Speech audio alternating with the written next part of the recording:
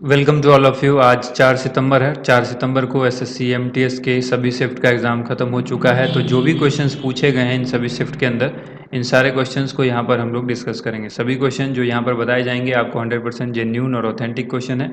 Video को देखने के बाद अगर आप इसका पीडीएफ फाइल भी लेना चाहते हैं तो आप पीडीएफ फाइल हमारे टेलीग्राम चैनल से ले सकते हैं। टेलीग्राम चैनल का जो लिंक है वो नीचे डिस्क्रिप्शन में दिया गया है, साथ में कमेंट सेक्शन के अंदर जो है इसको पिन कर दिया गया है ताकि आप वहाँ से भी क्लिक करके डाउनलोड कर सकते हैं। डेली आपको हर एक वीडियो का पीडीएफ टेलीग्राम चैनल पर मिल जाता है। सबसे पहला सवाल यहाँ पर मॉर्निंग शिफ्ट से, उसके बाद धीरे धीरे आगे बढ़ेंगे। किंग ऑफ गज़ल, ये सवाल पूछा गया था कि किसे कहते हैं।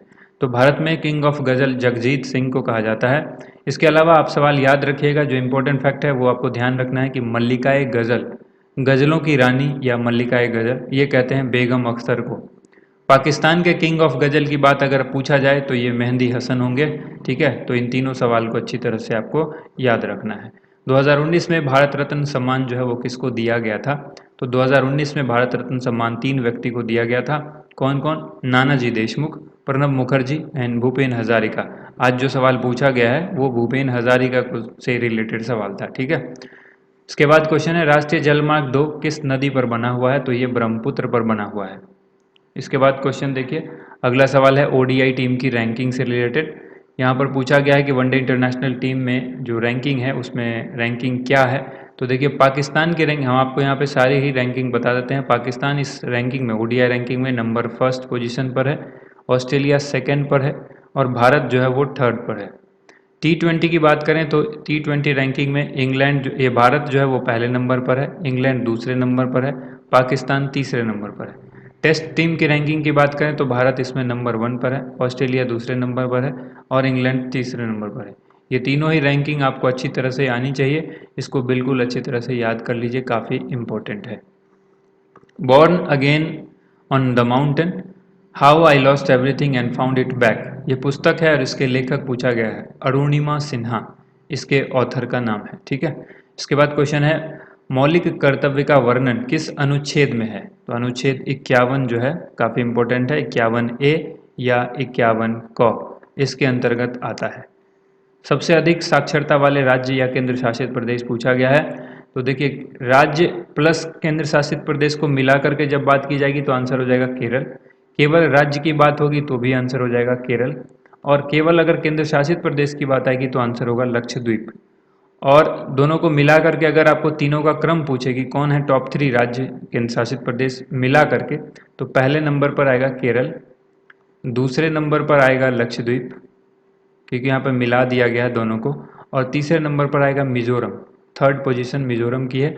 ध्यान रखिएगा ये 2011 की जनगणना के अकॉर्डिंग है। ठीक है, 37वां राष्ट्रीय खेल की मेजबानी कौन करेगा, ये सवाल पूछा गया है, गोवा करेगा। प्रतिध्वनि हमें क्यों सुनाई देती है। जब हम किसी कमरे में होते हैं और आप देखते हो कि वहाँ आवाज़ गूंज रही है, तो क्या होता है जब कोई व्यक्ति कुछ बोलता है तो उसकी ध्वनि दीवार से, सतहों से टकरा करके वापस आती है। ठीक है, वापस आकर के फिर से सुनाई देती है, तो वो इसको हम लोग कहते हैं प्रतिध्वनि। प्रतिध्वनि जो है क्या है, ये ध्वनि का प्रावर्तन है। ध्वनि के प्रावर्तन के कारण ही ये हमें सुनाई देती है। तो सवाल पूछा गया था प्रतिध्वनि हमें क्यों सुनाई देती है। हिमाचल प्रदेश ने डेयरी उत्पाद के लिए कौन सी योजना को शुरू किया है, हिमगंगा योजना। झारखंड में साल वृक्ष की पूजा किस त्यौहार में की जाती है। तो ये सरहुल त्यौहार में जो है की जाती है और ये ओरांव की जनजाति के द्वारा मनाया जाता है।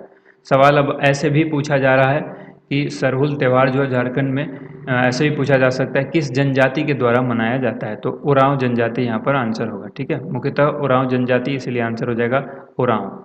गुरु के कल्याण सुंदरम पिल्लई को पद्मश्री दिया गया था। तो पद्मश्री इनको किस क्षेत्र में दिया गया है, कला के क्षेत्र में यानी आर्ट्स में।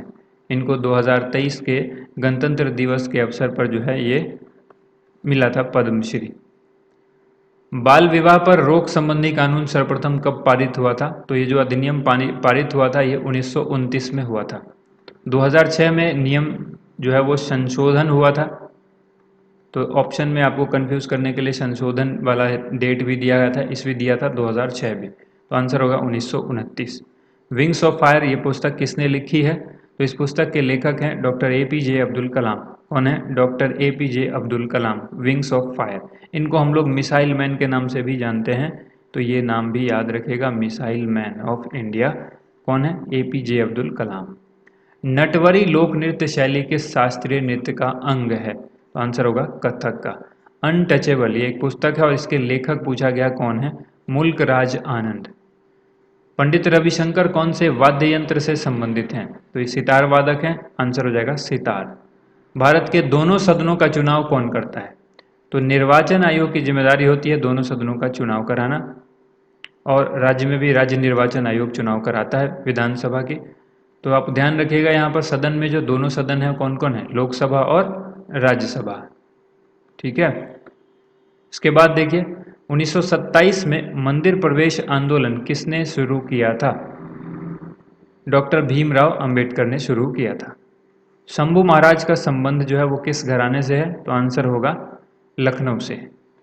गोविंद सागर या भाखड़ा नांगल परियोजना किस राज्य में स्थित है? तो ये हिमाचल प्रदेश के अंदर स्थित है। नोआ मंडी खाद्यान्न भारत के किस राज्य में स्थित है? तो ये झारखंड में स्थित है। 2022 में कुचिपुड़ी नृत्य के लिए पद्मश्री किसको दिया गया था?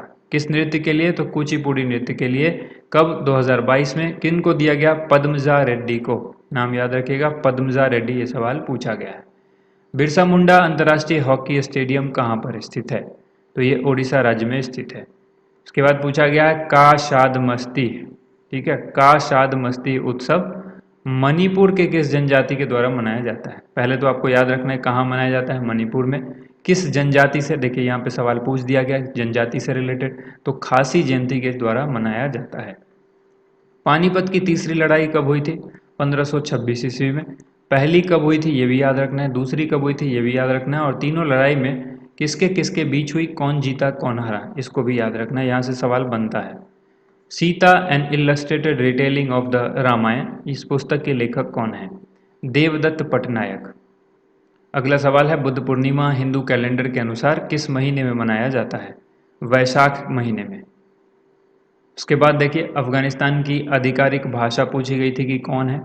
जैसे देखिए इससे पहले वाले दिन, फर्स्ट वाले दिन जो है वो पूछी गई थी चीन की जो भाषा है, चीन की आधिकारिक भाषा पूछी गई थी, तो होता है मंदारिन, ठीक है, ये पूछा गया था। तो इसी तरह से अलग अलग देश जो आपके खास करके पड़ोसी देश हैं, इनकी भाषा जरूर याद रखिएगा, यहाँ से सवाल हर दिन पूछे जा रहे हैं, ठीक है। 1 सितंबर को भी पूछा गया था, 4 सितंबर को भी पूछा गया है। तो इस वीडियो में बस इतना ही। उम्मीद करते हैं आपको ये वीडियो पसंद आई होगी। इस वीडियो को ज़्यादा से ज़्यादा लाइक एंड शेयर कीजिएगा। Thank you so much. आप सभी लोगों का वीडियो देखने के लिए बहुत बहुत धन्यवाद।